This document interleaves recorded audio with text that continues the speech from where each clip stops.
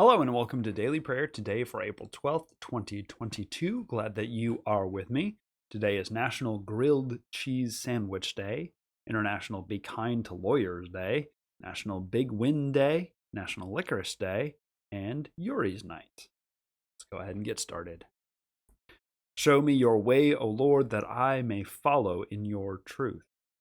Teach me to revere your name, and my whole heart will praise you. Our first reading is Psalm 34. I will bless the Lord at all times. God's praise shall continually be in my mouth. My soul makes its boast in the Lord. Let the humble hear and be glad. O magnify the Lord with me, and let us exalt God's name together. I sought the Lord, and God answered me, and delivered me from all my fears. Look to God and be radiant, so your faces shall never be ashamed. This poor soul cried, and was heard by the Lord, and was saved from every trouble. The angel of the Lord encamps around those who fear God, and delivers them. O taste and see that the Lord is good. Happy are those who take refuge in God. O fear the Lord, you God's holy ones, for those who fear God have no want. The young lions suffer want and hunger, but those who seek the Lord lack no good thing. Come, O children, listen to me. I will teach you the fear of the Lord. Which of you desires life, and covets many days to enjoy good? Keep your tongue from evil, and your lips from speaking deceit. Depart from evil and do good. Seek peace and pursue it. The eyes of the Lord are on the righteous, and God's ears are open to their cry. The face of the Lord is against evildoers, to cut off the remembrance of them from the earth. When the righteous cry for help, the Lord hears and rescues them from all their troubles. The Lord is near to the brokenhearted and saves the crushed in spirit. Many are the afflictions of the righteous, but the Lord rescues them from them all. God keeps all of their bones. Not one of them will be broken. Evil brings death to the wicked, and those who hate the righteous will be condemned. The Lord redeems the life of God's servants. None of those who take refuge in God will be condemned. From Lamentations chapter 1, verses 17 through 22. Listen for God's word to speak to you. Zion stretches out her hands, but there is no one to comfort her. The Lord has commanded against Jacob that his neighbors should become his foes. Jerusalem has become a filthy thing among them. The Lord is in the right, for I have rebelled against his word. But hear, all you peoples, and behold my suffering. My young women and young men have gone into captivity. I called to my lovers, but they deceived me. My priests and elders perished in the city while seeking food to revive their strength. See, O Lord, how distressed I am. My stomach churns. My heart is wrung within me, because I have been very rebellious. In the streets the sword bereaves, in the house it is like death. They heard how I was groaning with no one to comfort me. All my enemies heard of my trouble. They are glad that you have done it. Bring on the day you have announced, and let them be as I am. Let all their evil doing come before you, and deal with them as you have dealt with me because of all my transgressions, for my groans are many, and my heart is faint. From 2 Corinthians chapter 1, verses 8 through 22. We do not want you to be unaware, brothers and sisters, of the affliction we experienced in Asia, for we were so utterly, unbearably crushed that we despaired of life itself. Indeed, we felt that we had received the sentence of death, so that we would rely not on ourselves, but on God, who raises the dead. God, who rescued us from so deadly a peril, will continue to rescue us. On God we have set our hope that God will rescue us again, as you also join in hope helping us by your prayers, so that many will give thanks on our behalf for the blessing granted us through the prayers of many. Indeed, this is our boast, the testimony of our conscience. We have behaved in the world with frankness and godly sincerity, not by earthly wisdom, but by the grace of God, and all the more toward you. For we write you nothing other than what you can read and also understand. I hope you will understand until the end, as you have already understood us in part, that on the day of the Lord Jesus we are your boast, even as you are our boast. Since I was sure of this, I wanted to come to you first, so that you might have a double favor. I wanted to visit you on my way to Macedonia, and to come back to you from Macedonia, and have you send me on to Judea. Was I vacillating when I wanted to do this? Do I make my plans according to ordinary human standards, ready to say yes, yes, and no, no at the same time? As surely as God is faithful, our word to you has not been yes and no. For the Son of God, Jesus Christ, whom we proclaimed among you, Silvanus and Timothy and I, was not yes and no, but in him it is always yes. For in him, every one of God's promises is a yes. For this reason, it is through him that we say the Amen, to the glory of God. But it is to God who establishes us with you in Christ and has anointed us by putting his seal on us and giving us God's Spirit in our hearts as a first installment. And from Mark chapter 11, verses 27 through 33. Again, they came to Jerusalem. As Jesus was walking in the temple, the chief priests, the scribes, and the elders came to him and said, "By what authority are you doing these things? Who gave you this authority to do them?"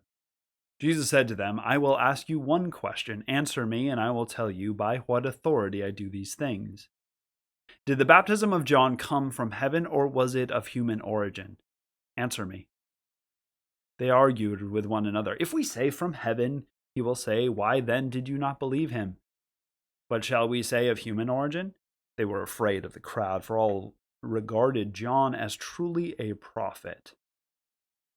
So they answered Jesus, "We do not know."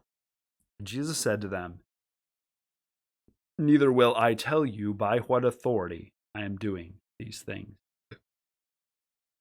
The word of the Lord. Thanks be to God.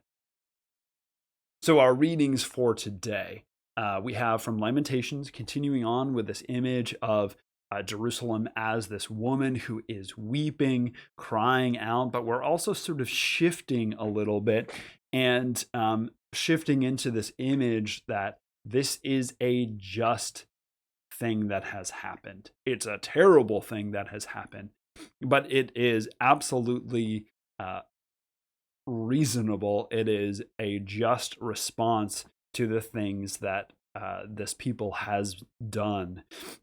So there's that sort of tension. There's mourning over the fact that it has happened, but also repentance because of the reason why it has happened. There's also this sense of God's justice might be displayed, that God's justice might be sort of met out to those who are doing this to Jerusalem. So the Babylonian Empire, that if this justice has, this punishment has justly come upon Israel and Jerusalem, that same justice might be met upon Babylon, who is not by any means a good actor in this situation, right? So that's kind of the idea. Then in 2 Corinthians,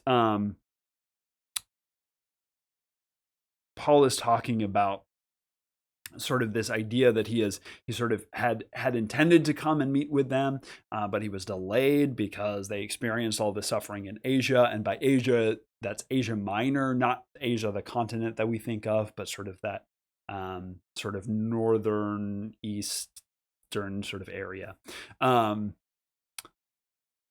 And he sort of uses this as an opportunity to talk about God's yes.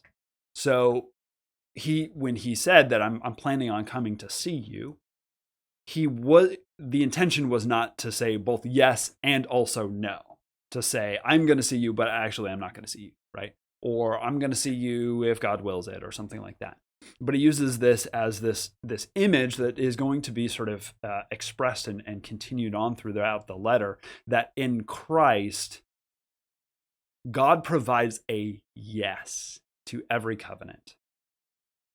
Even in the face of our unfaithfulness, even though Jerusalem stands, sacked because of its own sin, God is still going to be faithful to these people. God is still going to be faithful to all of God's covenants. God is going to be faithful in all of God's promises. And all of these things are tied up, are bound up in the person of Jesus Christ. And so Jesus is the eternal yes.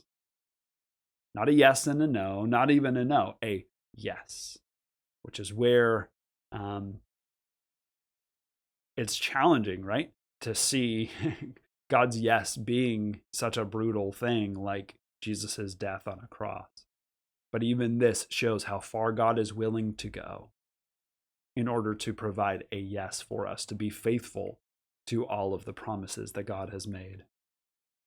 Then continuing on in Holy Week, some Pharisees come to Jesus and they ask him by what authority he is doing these things. This is the day after he cleansed the temple. He has done some very visible things. So where does he get this authority? And Jesus says, well, I'll ask a question of you, and if you answer my question, then I'll answer your question. Who gave John the authority to do these baptisms? Where does John get this authority? And they are here stuck in a quandary. Because if they say that John's authority came from himself, from man, right? All of the people are going to get angry because they hold John to be a prophet. But then if they say that his authority has come from God, then they're going to be shown to be hypocrites because they did not listen to John. And so they say, we don't know. They try to provide a yes and a no, a both. Jesus says, well, if you don't want to tell me where John's authority comes from, if you don't want to take a side on this, I have no reason to give you the answer that you're looking for. Neither will I tell you by what authority I'm doing these things. So it's this continued sort of interplay and antagonism between the Pharisees and Jesus. So those are our readings for today. Let's go ahead and join together in prayer. Satisfy us with your love in the morning, and we will live this day in joy and praise.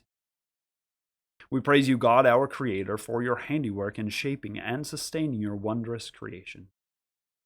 Especially we thank you for the ministry of all the baptized.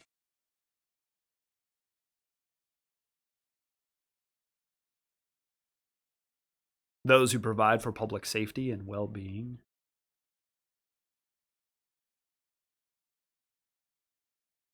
Those with whom we work or share common concerns.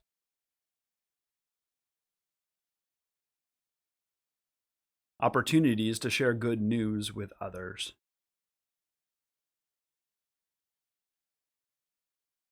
The treasure stored in every human life. People of God, for what else do we give thanks? We give thanks for this day, for this holiest of weeks.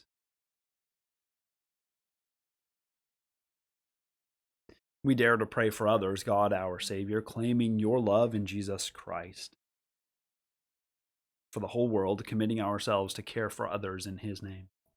Especially we pray for the church in Asia and the Middle East.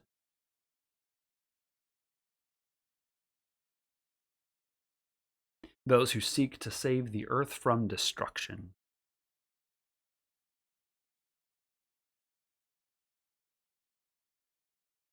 those who work for the benefit of others,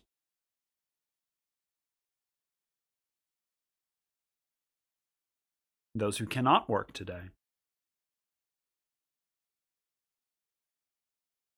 all who proclaim your saving love.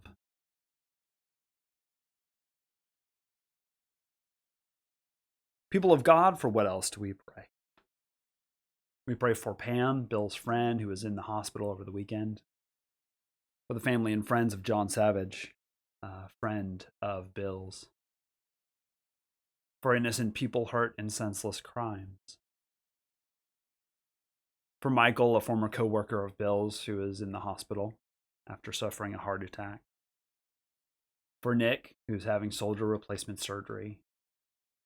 For Olga's husband, who has been diagnosed with cancer and will be having surgery soon. For Sarah, a daughter of Teresa, a colleague of mine who is recovering from surgery.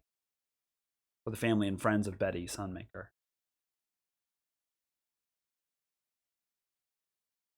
God of love, as you have given your life to us, so may we live according to your holy will revealed in Jesus Christ. Make us bold to share your life and show your love. In the power of the Holy Spirit, grant this through Jesus Christ, our Redeemer and Lord. Amen.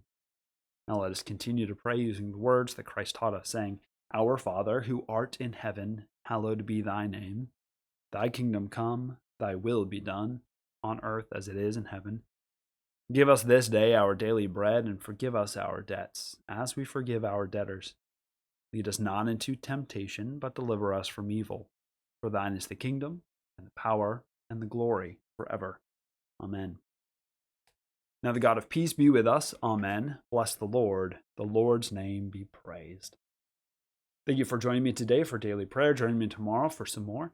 Like this video, share it with someone else. Click on the subscription and the notification button, as well as going to our website, johncalvinchurch.org. Go to our Facebook and our Instagram account. Our Holy Week services are Maundy Thursday service at 6, Good Friday service at 7, Holy Saturday experience at the Labyrinth at Lafreniere Park at 10:30, and Easter Sunday service at 10:30. So join us for any and all of those. Our liturgy today came from the Book of Common Worship of the Presbyterian Church USA 2018 edition, and our readings came from the New Revised Standard Version of the Bible. Thank you for joining me. Have a blessed day, and we'll see you next time.